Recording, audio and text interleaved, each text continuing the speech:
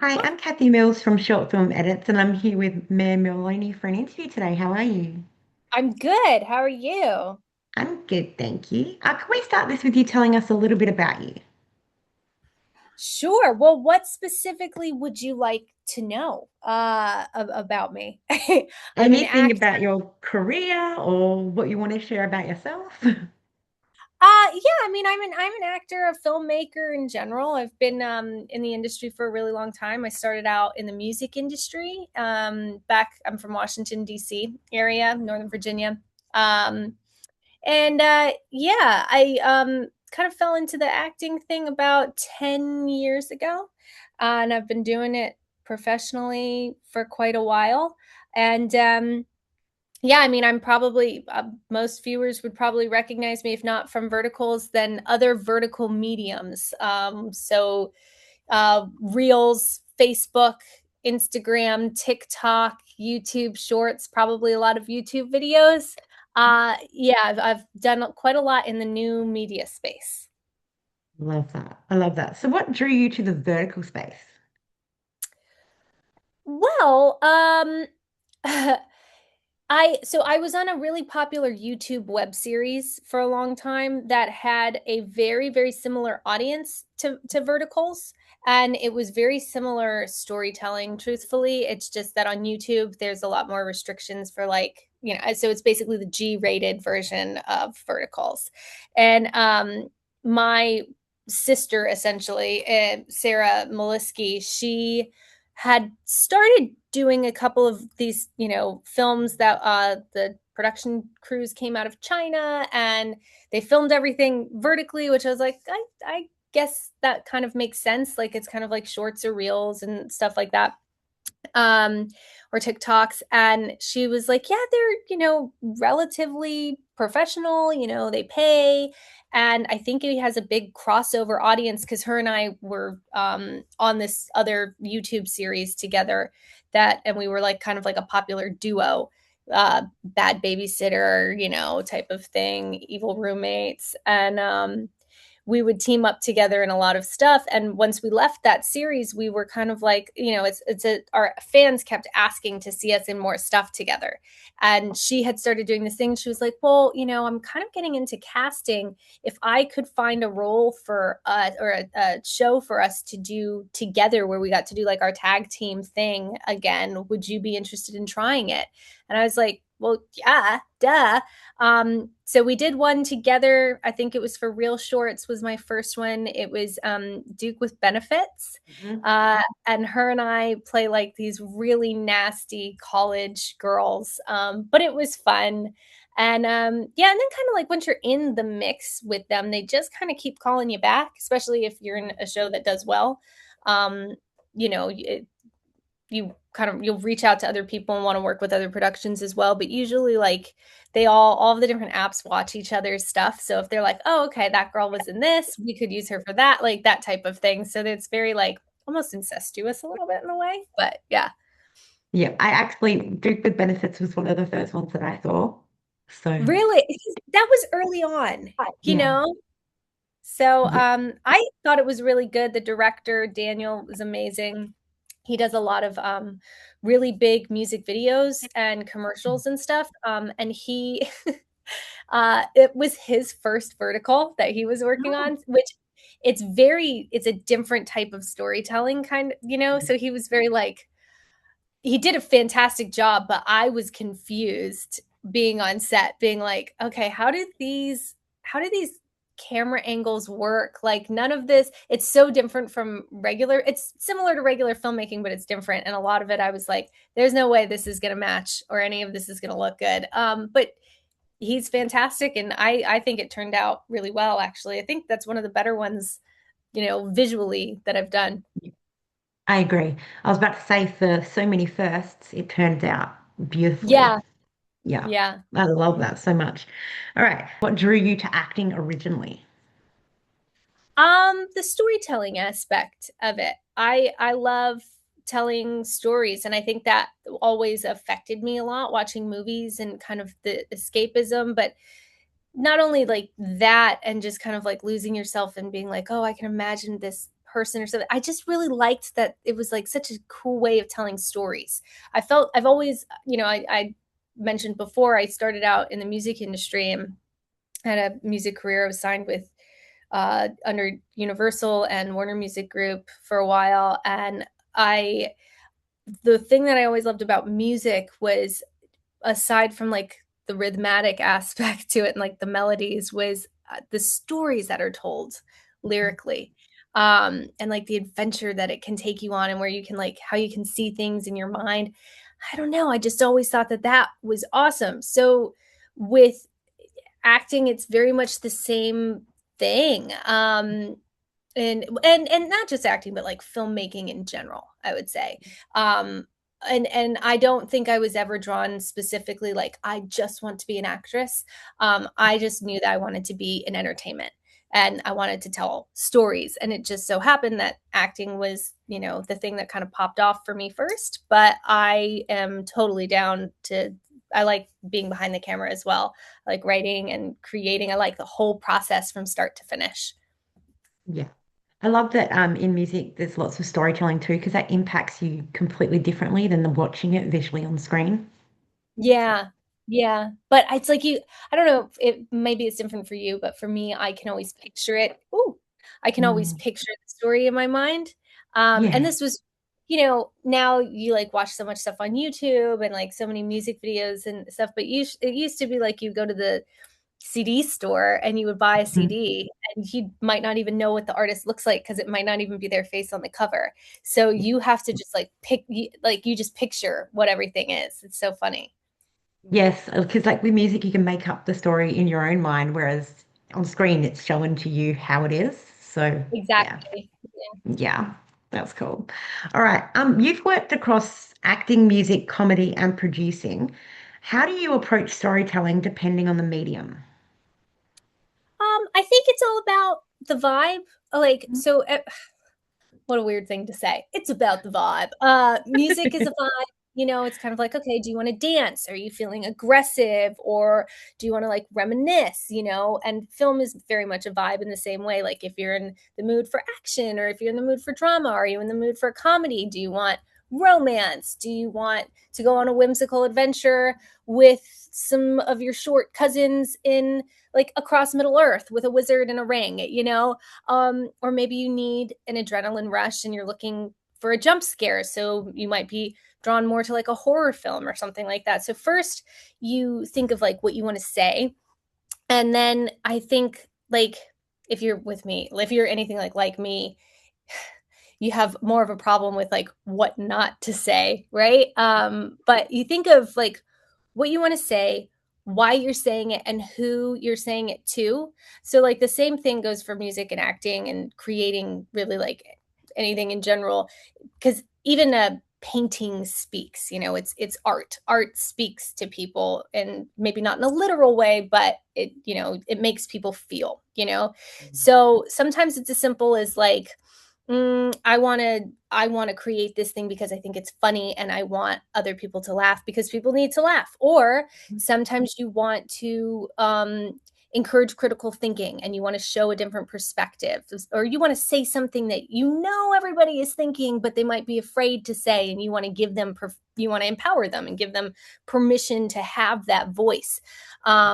Maybe you want to highlight a certain skill that you have. So you design a piece around that may, whether it's a vocal range, or if you're a pianist, or if you are a really good martial artist and you want to create an action piece and you want to include those elements. And then you kind of create your own reality in a sense, because you develop something around that little thing, and you're like, okay, I want to do this, but how do I make it bigger and make it something that everyone can enjoy, so it's not just for me, you know so and then that part is like fine and dandy, so that's like the fun kind of like conception part, right? But then how do you get it made is like Yeah. kind of the other thing, right? So that comes into play a lot with like, okay, what do I want to say? How do I want to say it? Can I get this made? Is there a way that I could get it made if I made it a little bit more like X, Y, and Z? right? So there are certain like genres that are more likely to get like greenlit or funded. And do you have connections in those worlds that could get you in the room with those people who decide whether or not to give you money to tell your story? And if you do, you know, do you like, is there any, or like, or if it is there something where it's like, okay, I have an action thriller, but this guy is a horror producer. Is there any way that I could kind of flip my story around just a little bit without, you know, changing too much so that I don't lose my like integrity or the overall storyline? But could I switch it a little bit so that now it's a horror film and then we're both happy and at least I get to make my movie pretty close to what my original concept was. And Yeah. so I guess like what I'm trying to say is pretty much like artistically, I used to like throw a lot of stuff up against the wall and just kind of see what fits. But now when it comes to, you know, deciding what I'm going to do, there's a vibe to it, but there's also a lot more strategy that's involved. And like, because I Yeah. don't, time is valuable. So you want, if you're going to put time into something, you want to make sure, you know, that it's likely to go through, you know, Yeah. or yeah, go somewhere Yeah, essentially. you don't want to spend all your time working on something where you go, well, I know that that won't get greenlit, but it's something I really want to do, and I'm adamant I'm not going to change it. I think the only way that you can do that is if you're capable of self-funding your own project. Yeah, and if you can't do that, you know, Mm. then and also people don't always people I and I have been so guilty of this so many times, but it's great to create art for yourself, you know, to a certain degree, because that is what it is. Like you're not trying to create an artistic piece ever to please people. You know, you're not trying to like, oh, well, what do I think people want? But if you're true to yourself and then you're also aware of who your audience is and what their needs are, that's very very helpful, because it's one thing to just make something that you like, but then you just have this you just have this painting in your house and you're the only person who looks at it, and maybe that makes you happy. For me, I get joy out of other people enjoying the things that I've made. So even if I'm not the biggest fan of that thing that I did, if I'm like, ooh, you like that, well shit, I'm glad you did, because that makes me feel a lot better, you know. So Yeah. I think knowing your audience and being able to like tweak certain things in order to like, I don't know, make stuff more digestible to the overall public is always a good skill set to have. Yes, yes. Well, talking about in genre way, I think you're going to love this too, but I've been pushing and I really want a sci-fi vertical. And I know that the one's coming. I know that one is coming, but I'm just like, oh, I want more. Yeah, I the thing about the thing about verticals, like the business model is very rinse and repeat. So Mm, it's like, okay, we're going to spend the least amount of money possible telling the storylines that we know have already been successful. So like, I can't tell you how many scripts I've gotten that are like literally copy paste scripts from each other. And I'm like, I swear I just filmed this 2 weeks ago, but they all kind of compete with each other that way. And I think, you know, on a in somewhat in a business aspect, I do I understand it? Yes. Do I agree with it? No. I think branching out and giving the audience more I think they'll be surprised. I think a sci-fi vertical would be absolutely awesome. I think more comedies too, and I know one's coming. That's a real like legit comedy, and that one is very very funny. But yeah, I think kind of branching out and doing things a little bit differently would be fun. You know? yeah, yeah. Well, can't wait to see both of those. So, sci-fi comedy, Yeah. it's always a win. All right. Um, so as we mentioned before, your career started in music. When Mhm. you build a character now, do you ever think of them rhythmically or musically in any way? That's a really interesting question. Yes, but probably not in the way that you would think. Um, so music is has for me has always been very emotional. It's an emotion driven thing. There are people who are more technical, and of course there's technical aspects to it. But for me, what drives, you know, creating a piece is the emotion behind it. No matter the genre, you know, music just makes you feel. And as musicians, I feel that your job is to be the vessel that people feel that emotion through. And you know, again, bunch of technical stuff, but like at the heart of it all, if you're skilled enough and you're really confident, then you don't really think about what you're doing. You're not thinking about the technical stuff. You're just doing it. And that kind of like freedom of expression gives your audience and the people who are listening to it or watching something the freedom to feel as well, if you know what I Mm. mean. And you're kind of directing Mm. them what to feel, and that's really cool, and that's very very powerful. So sometimes you'll hear a song and you're like, there's nothing like inherently wrong with that piece of music. Technically it works, but they're hitting the right chords and everything's on key, but there's no heart to it, there's no soul to it. It feels contrived, right? And that's because their heart and their soul is not in it. They're just, you know, putting the pieces together, right? And that's kind of like a universal law, I think, in creativity, is to just like exist and feel. Like, don't think, do, be free. And that's 100% goes for acting as well. So yes, but not, maybe not in the same rhythmic thing that you might think, but yes, yeah. Mm. Yeah, no, I get that. I get that. Okay, a lot of your skills sit between comedy and villainous roles. How do you decide when to lean into humor versus truth in a scene? Oh, okay. Hmm.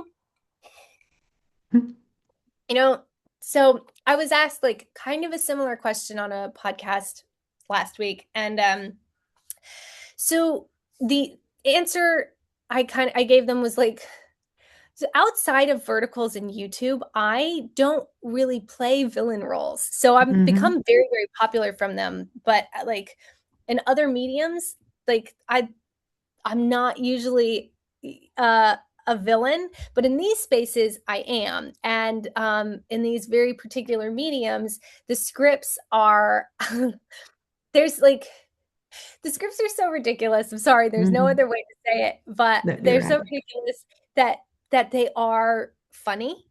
You know Hmm. what I mean? Like there's no other option but to lean into the absurdity of it all, which it makes it comedic. And that's the truth in the performance. So there's no way around us being like, okay, this is ridiculous. I'm just gonna lean into it. Otherwise, it feels kind of fake actory, in my opinion. Like it's Hmm. very like, but what, you know? So I can't really, that's not my vibe. But Yeah. if the writing is realistic, you know, then I just imagine what that character would be feeling in that moment. And the truth is, like, everybody thinks that they're the hero of their own story. So like even the most evil people in history, they thought that they were doing the right thing. You know, they Yeah. thought that they were the good guys. And there's a lot of mental illness and personality disorders at play there for sure. But in their mind, they're justified in their actions. And I've been like in the entertainment industry for a very long time, so I've come across a lot of real true villains, which gives me like a never ending well to pull from. So if the scene is kind of absurd, I lean into the comedy of it a little bit. And if it feels more real world, then I just try to connect with that, as evil as they may be, that human, and try to see it from their perspective. And hopefully it comes across as real. Yeah. Yeah, no, absolutely. I get that. Okay. Um, when you look back at your earlier work versus now, what's something in your craft that's completely evolved? Um, okay, so I think I'm a all of it, Hmm. truthfully. But you know, we all become better. I think I'm a better performer now because I don't really care what people think. And like when you're a young actor, and that's not necessarily an age, that's like in your craft. So if you like are new to acting, um looks are very important to you. So you're constantly worried about what you look like on camera, and you're very, very aware of how do I look. And I have looked every single way that a human could possibly look on camera, for better or for worse. And I've had tens of millions of people watching, and I've learned that my appearance doesn't matter. No one Mm, cares what I look like. They care about how I made them feel, and that's my job. So, like, if somebody is commenting on my appearance, it's because I didn't give them enough emotional things to focus on in the scene. Now, lucky for me, I don't usually have that problem. I'm very good at making people feel things, usually very angry, but it's very like freeing to truly mm, not care about your appearance when you're being filmed, because if you're not at all self-conscious about anything, or if you are self-conscious about something, the camera catches it. And if there's like this, there's like a hint in your eye, and it rats you out, and it tells your audience that like you're not fully there in this moment, and it really, really diminishes your power in the scene. And I I understand storytelling better now, and really just like even creating like short form content for myself has like even like, okay, you have 2 minutes to tell this story, you need a very definitive beginning, middle, and end, and you need to put a little button on it. That has helped me out with regular long form scripts, because I'm like, okay, structure, structure, structure. I tend to get like lost in the sauce a little bit and be like, oh, but what if this happens, and then this happens, and this happens. But no, you need very definitive structure. mm, And yeah, so everything has kind of all of it has taught me a lot, but creating has taught me a whole lot of different things. I think it's made me a better actor, and just not really caring has made me a mm. better actor. Yeah, I mean, I think that's genuinely something really good to have, is not to care as much about, what you look like on screen and things. Yeah. Unfortunately, I didn't start my interviews for a very long time because I was worried about that, until I got to a point going, no, I want to do this because I love it, so I'm going to do it no matter what. Well, we all have that. We all have that Mm, every single day. And it's not to say like I don't wake up and be like, oh my gosh, I can't look at myself. Like I don't mm, I don't like my appearance. But it's not I'm not a model. That's not my job. And even, can I tell you the truth? A lot of models, not like these stunning, like a lot of them are weird looking, but they have something mm, unique that and they have like a certain persona that they bring to the camera, and they connect really well with the lens. So don't yeah, I feel like a lot of times people, we get so self-conscious of this shell that we're in, and nobody cares about the shell at the end of the day. It like people care about what's inside and what you bring out and how you make them feel. And yeah. that's really why we're supposed to be doing this, not for any sort of other validation, but it's easy to get lost in that and feel like that's why we're here, because you're around a lot of other very self-conscious people all day. It's important to center yourself and remember, like, that's not why I do this. Mm. And at the end of the day, everybody has a different idea of what looks good. Yeah. Yeah. Yeah. Yeah. Yeah. Um, you co-founded your own production company. What's something about producing that actors don't fully appreciate until they're in it? Hmm. Yes, I did. My partner and I started Ever Forward Productions, and yeah, I think um good actors, or seasoned actors, are very much aware of what's going on around them during the filming process. Newer actors or younger actors will kind of think that everything is all about them. I can't tell you how many times people have like left a scene when their coverage, like like, so the camera's not filming them, it's Hmm. filming their scene partner, and they're like, okay, I'm good, and they leave, and you're like, no, we still Hmm. need you, it's just not focused on you right now. But we have like, so there's a lot of times that happens, where people, you don't realize that, like, I hate to say it, but it's not all about you. The production of a film, like a series, a video, a commercial, whatever it is, there's so many different like moving parts, but I think that's pretty obvious to most actors. um, I do think that it's probably helpful for actors to know that there's a lot of strategy that goes into what gets made, with who, and why. So for instance, right now, my partner and I are we're shopping around a 4 picture horror package to a streaming service, which is like when I say that, I mean like 4 films. One of them is already made, and then there's 3 more that you would get like a package that would belong to this streaming company. They would, that would be their baby, and it would be like a partnership deal, and it would last for several years. But the like the reason we're doing it is not necessarily, now it's a horror package, and the reason we're doing it isn't necessarily because horror is our like favorite genre to make.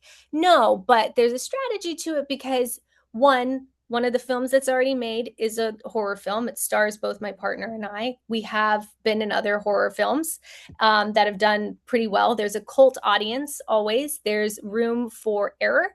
So your audience doesn't necessarily need those films to be like Oscar worthy or anything like that. So, which means you can make them for less money. It's a little bit less pressure, and you can have a lot of fun with the way that they're made. Plus, like, once again, we already have one that's already done and in the bag. So it's like, okay, you can have this now, and you can see kind of what you're going to be getting if you continue to work with us for future projects. So it's kind of like a great jump off point for us to prove that we can make movies. And by keeping costs somewhat low, we can prove that we can hopefully recoup. And then that opens us up to bigger budgets with different platforms, hopefully, or you develop a really good relationship with the platform that you're already on, and they'll open you up to a bigger budget or bigger projects, or hopefully you get to make that passion project that you've always wanted to make. So there's that aspect to it. So there's a lot of like strategy into why you're making something, and it's good to think about that as opposed to just thinking about, well, this is what I want to make. Once again, it goes back to how do we meet in the middle somewhere so that it can actually get made and make sense. And then the other thing that's really important for actors to understand is the casting process. There's so much that goes into it that besides just talent. So like 90% of the time you're considering, okay, who can do the job, who can I see in this role, and more important than anything, am I going to enjoy being around this person for an extended period of time? Like, that's hands down, that's what gets people the job more than anything, is, do I like being around them? Can I trust them? That type of thing. So trying not to get too down on yourself, and that doesn't mean to be like a people pleaser all the time. Like, be yourself, but build relationships. I think is kind of key. Most of my jobs in front of and behind the camera are from people who are like friends or friends of friends, or I've met them somewhere, we work together sometime, and it's in there, and they're like, oh yeah, she's great, bring her back on. So that's definitely key. And like, don't be hard on yourself when you don't get the role. There's so much that goes on behind the scenes that like is so beyond your control. And it's not normally personal. Like it's No, not no, no, normally no. anything personal. No. No, no, no, no. I mean, you have your moments where, but I don't play that shit. I'm sorry. Like, Yeah. if you're, yeah, the drama, there's enough drama going on, like with trying to Yeah. just like logistics together to add in another thing is just so dumb. So dumb. Yeah, no. Yeah. Well, I love that for you guys, and I hope it goes well for you and you Thank get you. you want from that. So, yeah. Okay. When you're building a project, what comes first for you? Character, tone, or message? Hmm.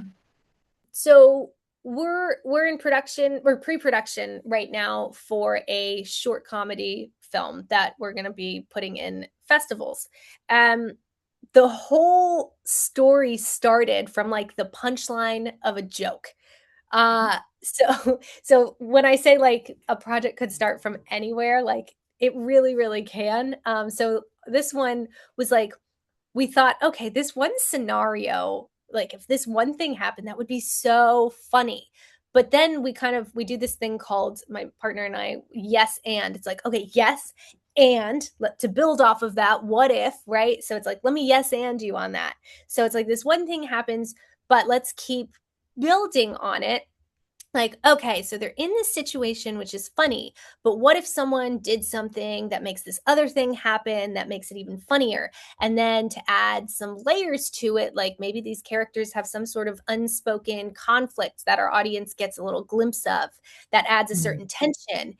And throughout these like ridiculous circumstances that our characters are in, they actually learn something about each other, they resolve an issue, and that makes the piece more meaningful. And truthfully, it makes it even funnier. And then we develop our story from there. So that type of thing happens. And that's, once again, this is a short film, so 10 to 20 minutes in length.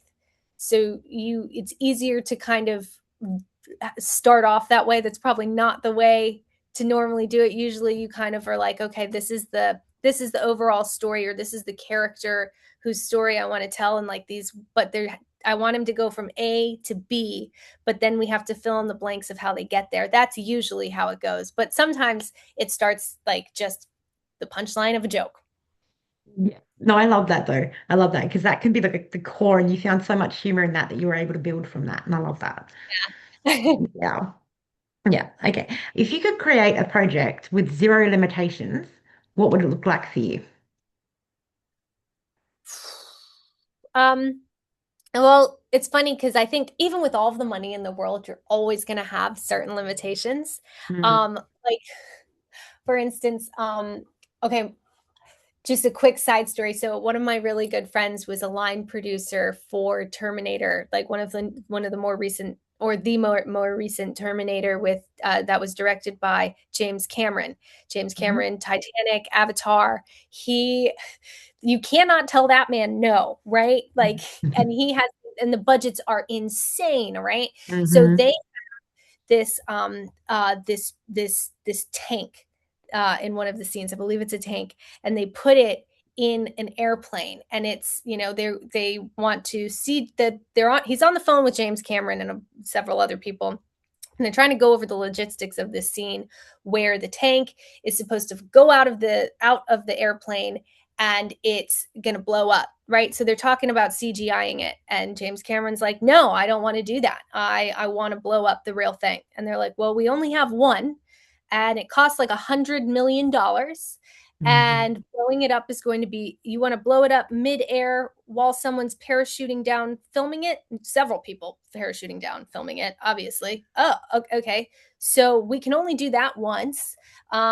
We have to get it perfectly. It's very expensive. The chances of it messing up are very, very, very high. And are you sure this is what you want? And it's like, yes, right? So and they like, so but even still, they were trying to like tell James Cameron, like, we only have so much money, and if you mess this up, and he's like, no, we'll just get more money, and they're like, we can't get more money. So even if you have like hundreds of millions of dollars, there's always something that's like where it's never enough, right? uh, Mhm. but ideally, I would love to create, write, produce, and star in an Apple or HBO style series about my teenage years into my young adulthood, because they were crazy, and truthfully they would make like an incredible coming of age story, um or series, really. And it would have to be a dark comedy, but it would also be like super inspirational, because I went through a lot during that time, and I think it overcame a lot, so I think that would be cool. I would play my teenage self by using this tactic, or technique. Yeah, I guess tactic. It's called suspension of disbelief. So it's like you voluntarily decide to disregard logic. So, like in Step Brothers, you've got Will Ferrell and John C. Riley, who are in their 40s, clearly, Mhm. and they're playing. They make jokes about their age in the film, but they're clearly playing like either teenagers or college age students who are still living with their parents throughout the whole film. And so I would do something that's not maybe quite as absurd, but Mhm. life is absurd. So maybe, but yeah, I would want to do something like that. Yeah. Oh, that sounds so good. And I love that James Cameron did that in a way because that man, you can just be like, nope. He loves blowing things up. He So, does. He does. He's like, no, we're gonna do it for real. And they were like, listen. And he's like, no, we're gonna figure it out. did he end up figuring that out? I think I think they I do believe that they ended up blowing it up and they got it on they I think they got it the way that James Cameron wanted it because he is a genius. He is. Crazy human being to assume he could do that, but he did, but they did. So, yeah. Yep, but that's what's made him the amazing man he is today. Yep. Yeah. Yeah, love that. Okay, when you step into producing, how does that shift your performance as an actor? Good question. I don't know that it does on a performance level. Um, I'm able to separate the two. But like it's so say I'm assuming that you mean like I'm producing something and acting in the same Yeah. project, right? I'm pretty good at separating, but when you're producing, you're more closely tied to the project. So sometimes with acting, I'm this is the honest to God truth. Like depending on the size of the role, you might just be popping in for the day. You shoot your Yeah. scenes and you're done. And in those situations, sometimes you don't even get the full script. Like Mm. I just had a little cameo in a film by Oscar Boyson starring Jaden Martell that was just in theaters. It's called Our Hero Balthazar, or yeah, Our Hero Balthazar. And what happened was like the producer reached out to me and said, "Hey, can you record yourself crying into your camera about something that only an influencer would cry about?" It needs to be honest and it needs to be real, but it also and it needs to be grounded but also a little bit absurd. Like the film is a dark comedy, so I had no script. I didn't know the name of the movie. I didn't know who was in the movie. I knew who was directing it, but I had no idea really what the movie was about. And I never saw like a single word of the script at all. And I say that because like sometimes you're not fully aware of what you're even filming when you're cast, and even on the day.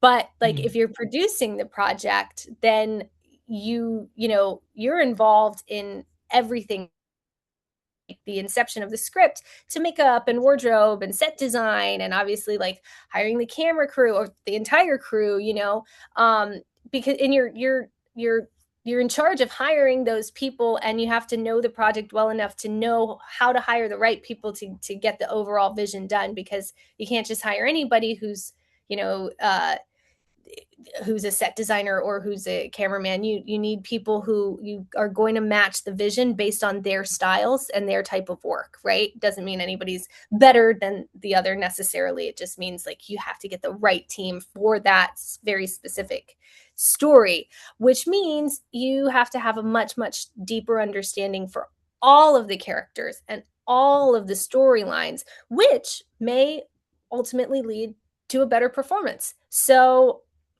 yeah. But as for like getting kind of like distracted or overwhelmed with the workload, you just turn that part of your brain off when it's time to act. Truthfully, like I think I actually kind of prefer being like tied into the production side because like, you know who your director is, you know who is filming it, you know who is going to be editing it, and you know their strengths. So, you know, the directors of photography and you know their style. And, that gives you a certain confidence when you're like, yeah, buddy, okay, this is my team. These are my guys. I know what they're going to do with this. Let me give them something to play with. And that's really cool, as opposed to sometimes when you don't know anybody, like any part of the crew, and you're not familiar with them and you're coming on, you're like, there's a part of you that's like, yeah, I'm hired to do my thing, but there's also like this little part of you that's like, okay, but is it what they want? Did I give them what they want? Is it enough? Am I doing too much? Am I not doing enough? That type of thing. So I don't know. I think probably it probably makes it better, maybe a little bit stronger, if anything. Yeah, I believe that. Like when you were saying about the crew knowing the project well and the actors and things, they could bring out. more of that person if they know what they're looking for. They can enhance that performance more. Yeah, exactly. Yeah. Yeah, yeah. Okay. Do you think performance should serve the edit or should the edit adapt to the performance? Mm. A lot of times I think that they work hand in hand. Um, Mhm. I can't stress enough kind of the benefit of actors knowing, like understanding the mechanics of filmmaking and what goes on behind the scenes. Or at least like behind the lens, because it'll make them a better actor, like understanding what is being asked by production, why it's being asked of that, and being able to anticipate certain things that they're going to end up doing in the edit, like kind of being like, okay, I see the way that they're shooting this, I hear what's being asked of me. Okay, I kind of get what the editor is gonna be doing. It can elevate your performance in post production, if that makes any sense. Now, like that doesn't just mean like angling your body a certain way or like cheating your eye line for the camera. Those things should be second nature for Yeah. for a seasoned actor. Like it's again, you're not modeling, you are existing, you are that character in the moment. So sometimes performances are heightened because of different stylizations, which some might refer to as overacting, but sometimes that's what's being asked of you because that's the style of content that they're trying to make, and that's what the director wants. And it's kind of hard to think about it in the moment. You're like, god, this seems so weird, but you're like, okay, well, I gotta kind of trust that the editor is gonna put their thing on it. Sometimes they do, sometimes they don't, which is frustrating, but you hope most of the time that you're getting a good editor and that they're given enough time in post production to be able to put out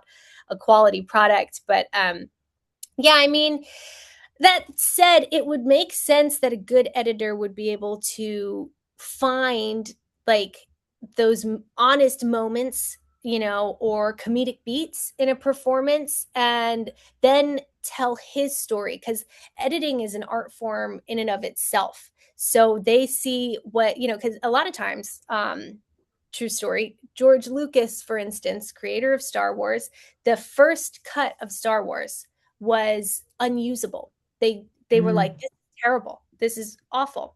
And it's not because it was a bad movie, it was just that what he had in his brain and had put on the page didn't translate in the editing room. Like it just didn't translate as from one, like in chronological order, the way that he had it. So his wife, who was an editor, went into, was like, let me take a stab at it, right? So she recut the movie, and that was her being able to see, okay, I see the story that they're trying to tell, it's not translating exactly as it should.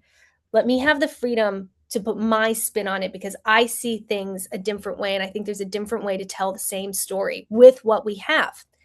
And now we have one of the greatest franchise films in history. Like, mhm, so you have two very different forms of art forms, which is filmmaking, or they're both part of filmmaking, but you have the acting and then you have the editing, and then when they collide together, you can hopefully make something super super magical. But I do think that they kind of have to work for each other. And you just have to give each art form the freedom to do their thing and give their interpretation, and then you kind of meet in the middle. yeah, I'm so glad she did that because Star Wars is huge. Yeah, And, unpopular opinion here because I know that I'm weird, but I love Jar Jar Binks. I know a lot of people don't, but I love I him. love I love Jar Jar Binks. You I love kidding Jar me? Jar Binks. He's the Yeah, best. He's the yeah. best. I know he did some not so good things, but Mm, as a character, he's hilarious. Love Jar yes. Jar Binks. Yeah, yeah. I love him too, like as a character. But Yeah, I'm just like, I know that there was a lot of speculation there. It's like whether he was a good character or not. I'm like, well, I love him, and that's all that matters. Like, I love him. right. Yeah. Yeah, yeah. So good. Okay. Do you believe great performances come from preparation or from what happens unexpectedly on the day? Um, Both. Yeah, because so when you prepare, you're very confident. You're Mhm. not worried about missing your cue or saying a line wrong because you understand the context in which the scene is playing out, and you're able to exist in the moment honestly, which allows you to be spontaneous. And spontaneity is where the true magic lies. But you can only get there if you're prepared. So, like, and preparation doesn't necessarily mean like, okay, absolutely word perfect. In fact, sometimes, like, if you are too word perfect, depending on the script, of course, some scripts are written to be word perfect and they need no adaptation whatsoever, right? But sometimes if you are too word for word, it really takes the humanity out of it. And a lot of times, like I work with inexperienced actors who feel a little bit like robots on camera because they literally are just like waiting for you to say your line exactly as they memorized it on the page. And that's a recipe for bad acting because in a real life scenario, you wouldn't do that. If we're having a real conversation, I don't know what you're going to say. I can't anticipate you saying a thing a certain way.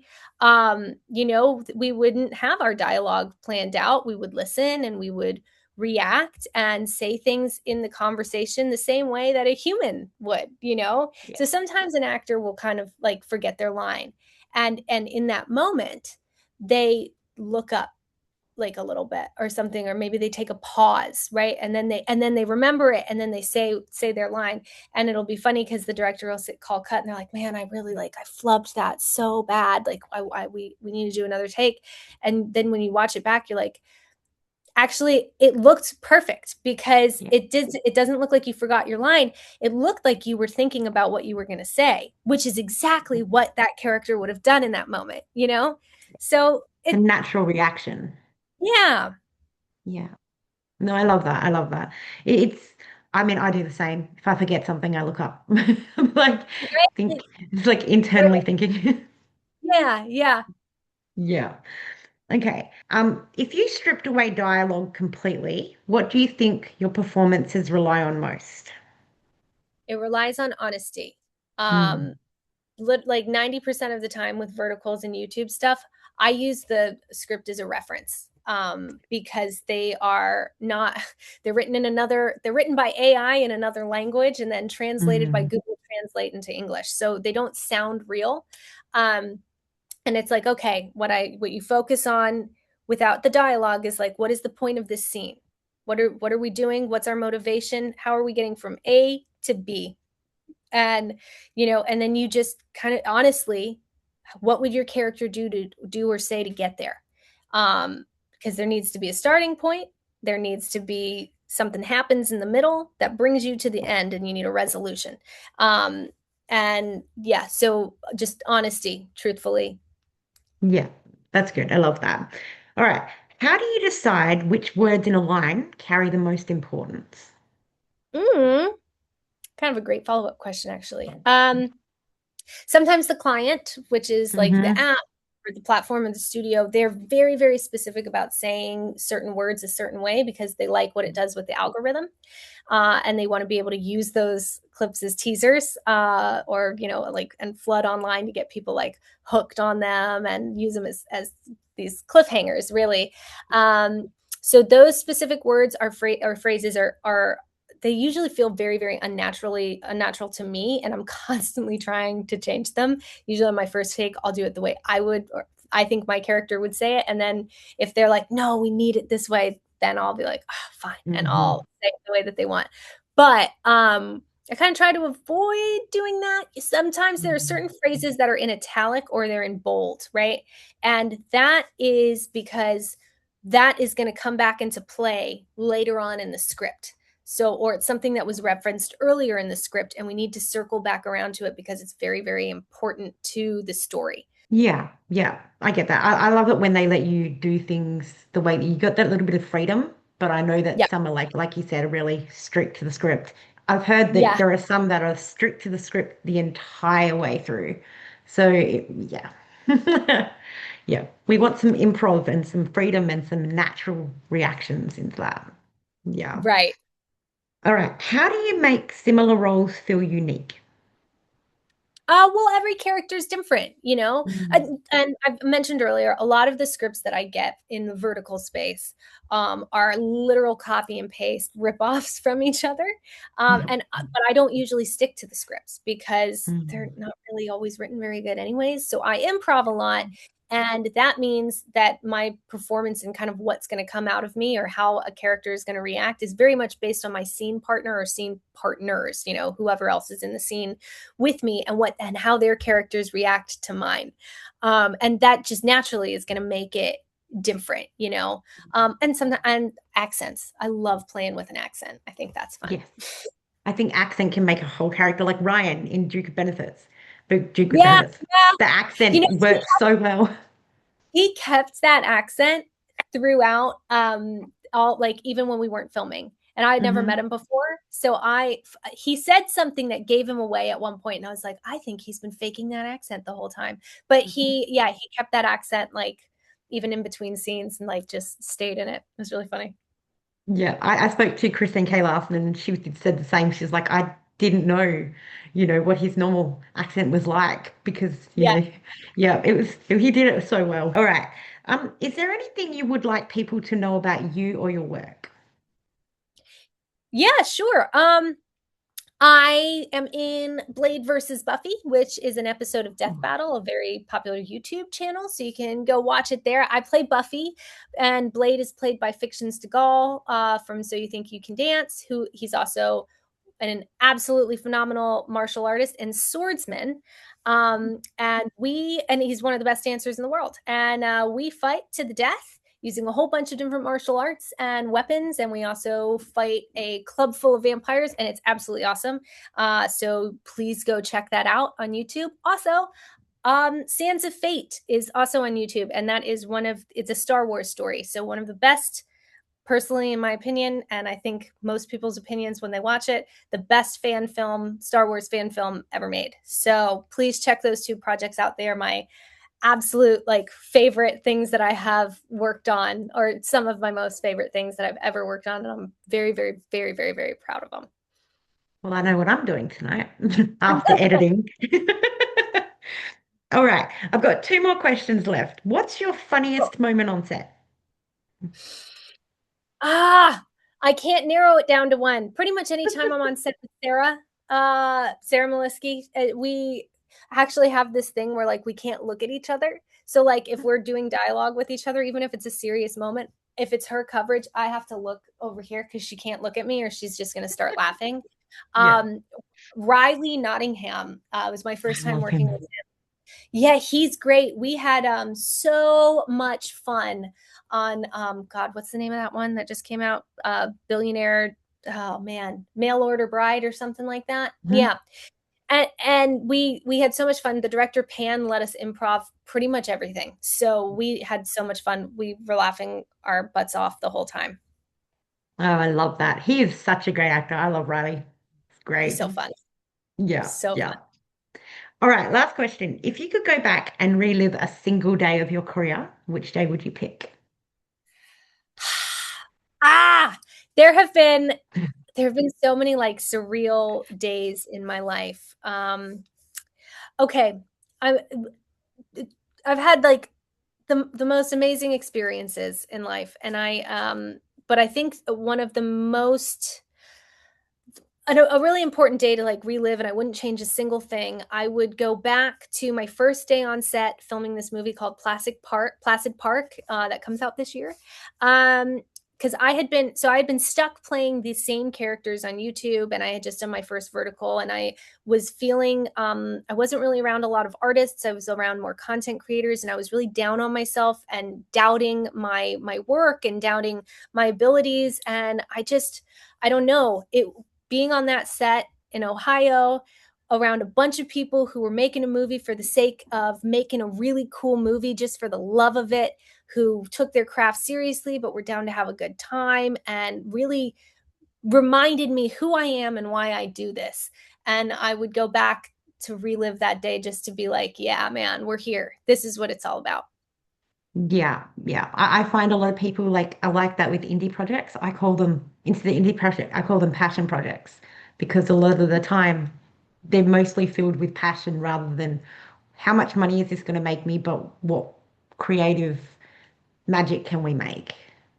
Exactly. Yeah, exactly. Yeah. Well, thank you so much for taking the time to have this interview with me today. I really appreciate it. Thank you for having me. I really appreciate it too. No worries. Well, you have a good day and I'll talk to you again soon. All right. Take care.